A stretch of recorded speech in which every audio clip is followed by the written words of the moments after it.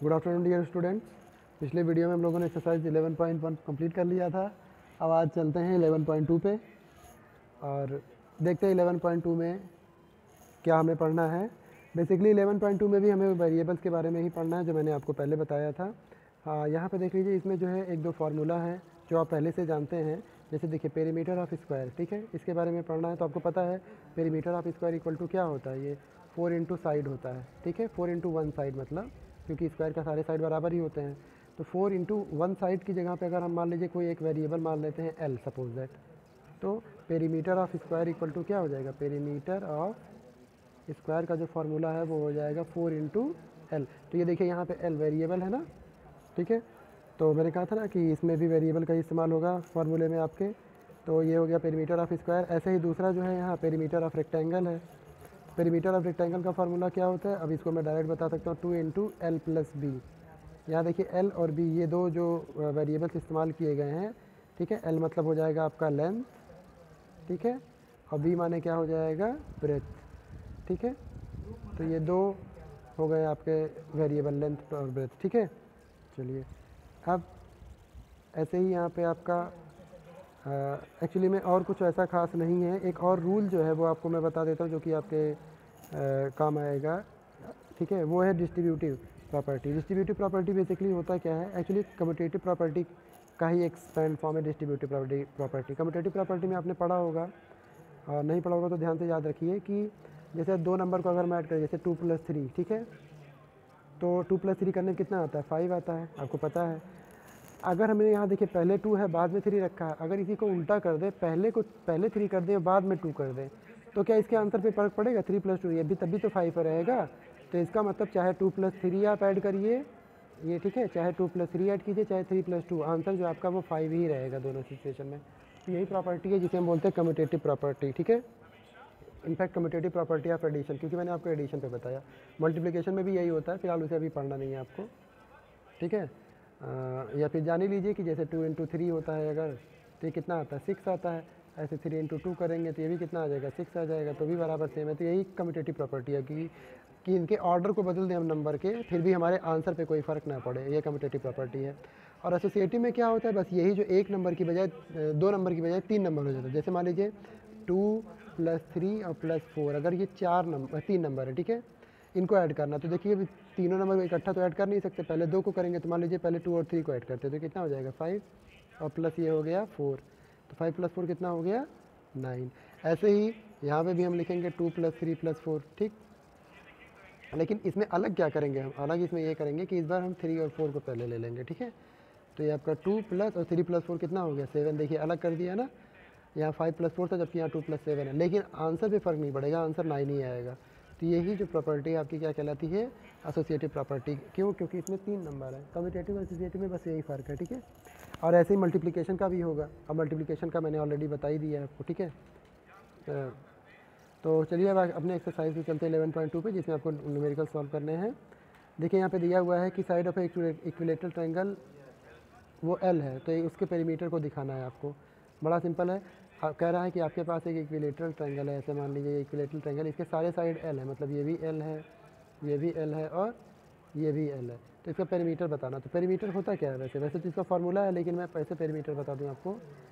Perimeter of triangle, perimeter of triangle equal to क्या हो जाएगा, side plus side plus side, मतलब आपको पता ही है तीनों साइड का सम, क्योंकि ट्रायंगल है इसलिए तीनों साइड को ऐड करेंगे तो पेरीमीटर निकलेगा। कोऑर्डिनेटर होता तो 4 साइड ऐड करते हैं। अब मान लीजिए इसका एक साइड एल दिया हुआ है अगर, तो L plus L plus L कितना हो जाएगा, ये 3L बेसिकली। तो ये perimeter of rectangle, perimeter of triangle equal to कितना आ जाएगा, 3L, यही हो जाएगा आंसर आपका, ठीक है।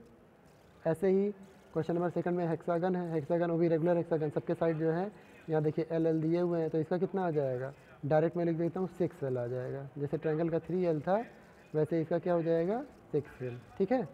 चलिए अब ऐसे ही क्यूब का दिया हुआ है, ठीक है ना, यहाँ पे क्यूब, और ये सर्किल का दिया हुआ है।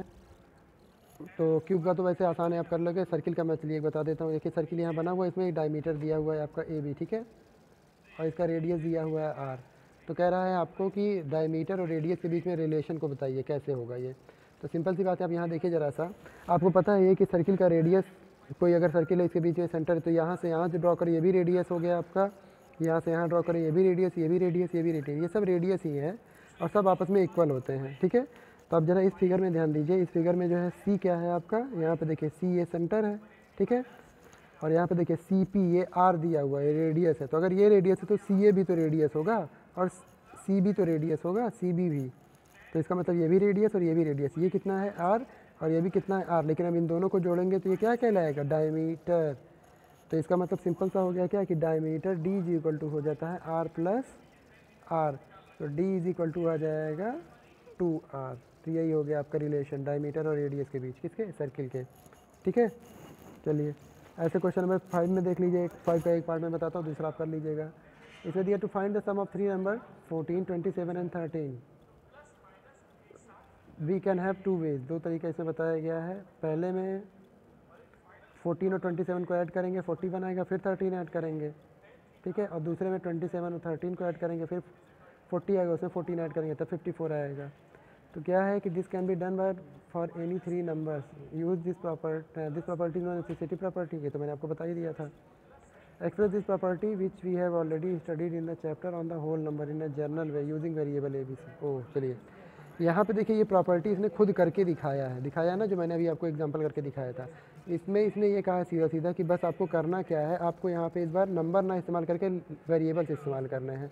तो कोई दिक्कत नहीं है, हम पहले वाले नंबर की जगह ए ले लेंगे, दूसरे वाले नंबर की जगह बी और तीसरे वाले नंबर की जगह सी।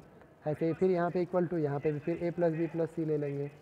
और ऐड कैसे करते हैं, मैंने आपको बताया था कि पहले आगे के 2 नंबर ऐड करेंगे, बाद में सी ऐड करेंगे, और दूसरे वाले स्टेप में पहले बी और सी ऐड करेंगे, बाद में ऐड करेंगे, बस यही है आंसर। इसको ऐसे ही लिखना है और कुछ नहीं करना, ठीक है। चलिए, तो देखा ये एक्सरसाइज काफ़ी मतलब छोटा भी था और आसान भी था। अब मैं आपको बता दूं कि इसी पे बेस्ड आपका दूसरा जो एक्सरसाइज है 11 पॉइंट क्या है 13 वो भी है। तो चलिए वो भी करके देख लेते हैं हम लोग, ठीक है। उसमें भी कुछ अलग नहीं करना है, वेरिएबल का ही इस्तेमाल करके काम करना है।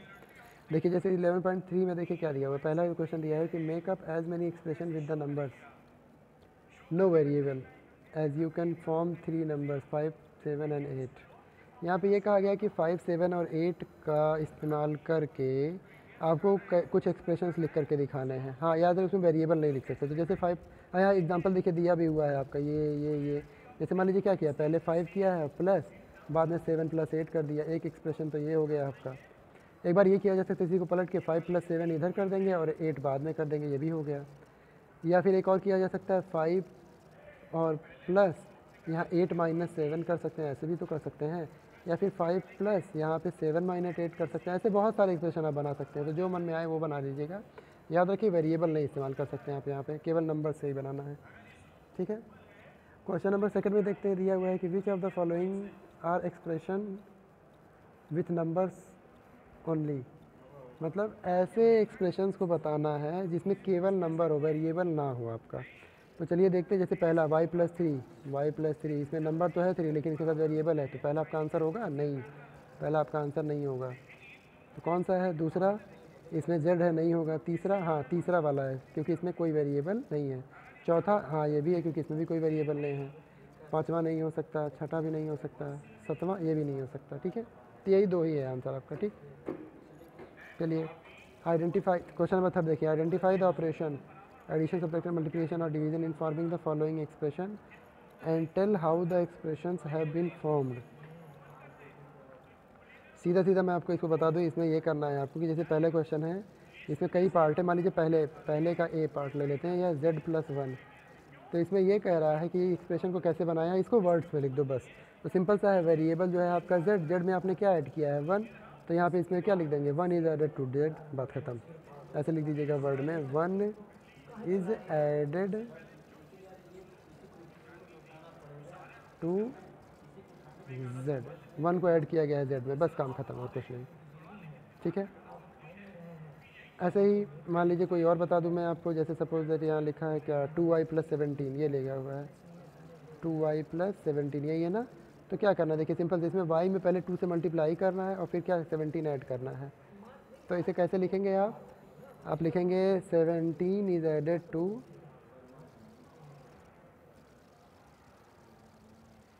17 इज़ एडेड टू